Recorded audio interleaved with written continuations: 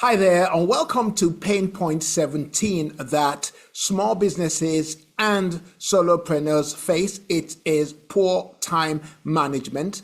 In this particular video, we're going to talk about the trait that you need to develop that will eliminate poor time management. And also, I'm going to give you the steps to help to develop that trait so that you can keep growing and working on it and become better in time management. Now, my name is Boomy Tokan, and I'm the author of the Adaptive Startup System. And this series of videos are what I've titled Pain to Profit, the 100,000 Transformation Map, which helps us to turn 30 common pain points into 30 proven success traits. So let's get into this one, number 17. In Pain Point 17, it's about poor time management, and we want to develop the trait of time blocking as a discipline that we work with most of the time. Maybe you won't be able to do 100% of the times, but you'll be able to do it. You should be able to use it most of the time, and it will definitely straight away help your time management. You know, when we talk about time management, actually, what we are actually talking about is more about life management. It's about how you manage your life, okay?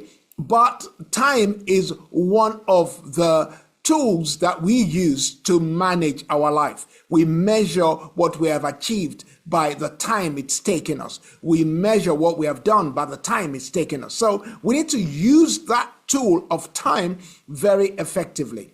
Why poor time management could be hurting your business and stopping it from growing. Because endless distraction eats away your focus. When you're distracted by many things, it really means that you're not managing your time well.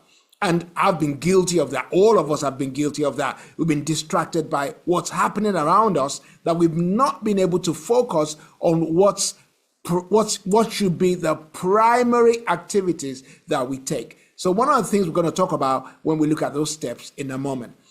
The second thing that can stall growth is when we ignore the importance of what it means when we're pushing back tasks that we need to get done.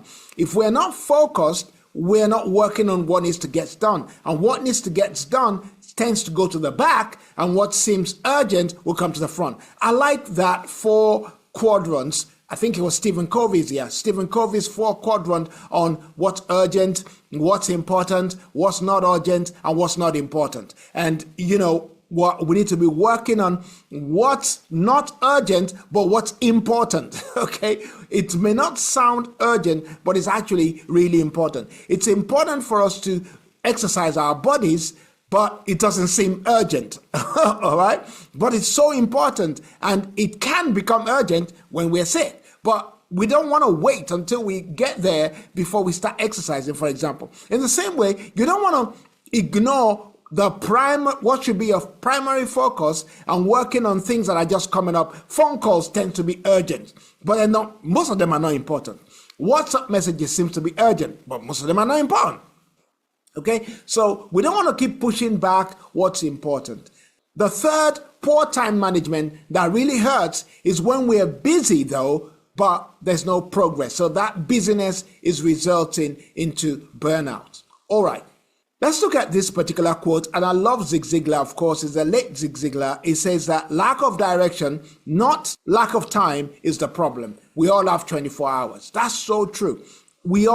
The most successful person has 24 hours. The most unsuccessful person also has 24 hours. So what do we do with those 24 hours? That's what matters. So let's get into the 3 steps to master time blocking. Time blocking is what we want to use to overcome poor time management.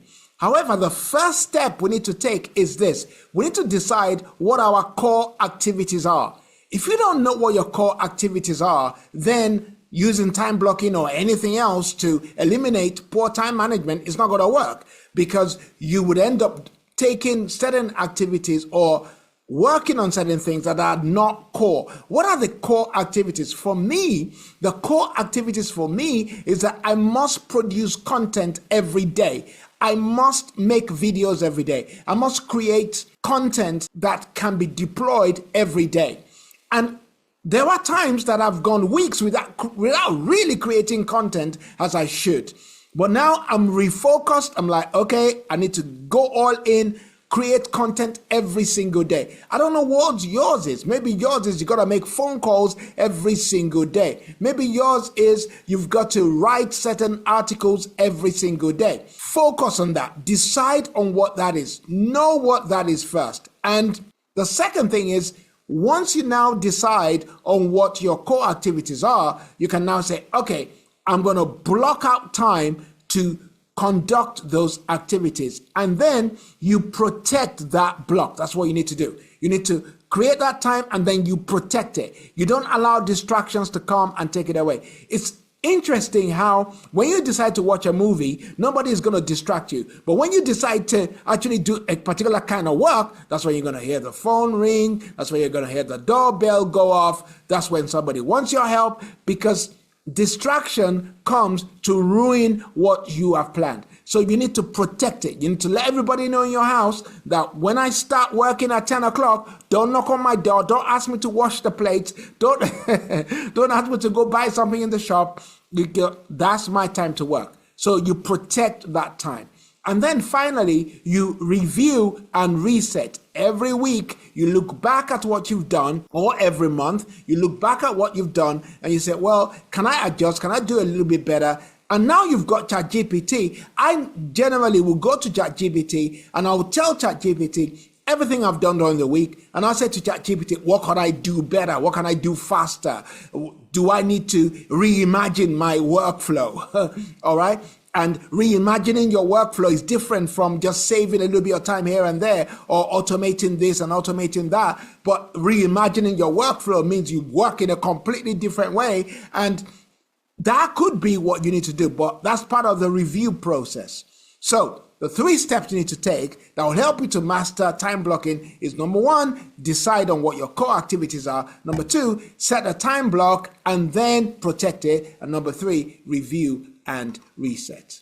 Okay, if you do that, you'll overcome poor time management. And this sits very well with my adaptive startup system, step 3, which is about starting where you are, using what you already have. Structure creates progress without extra resources, and time blocking will build momentum from small beginnings. All right.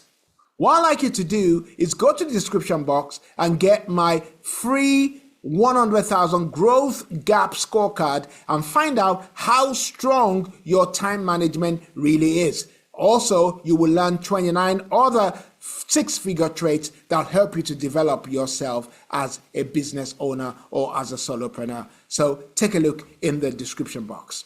All right. If you like this video, then do like it. If you like it, do share it with someone who needs to hear it. Do subscribe to the channel, depending on where you're watching it from. But more importantly, do make sure you comment in the description box. Hey, and if you need any help, do message me and let me know how I can help you to grow your own business. Talk to you soon.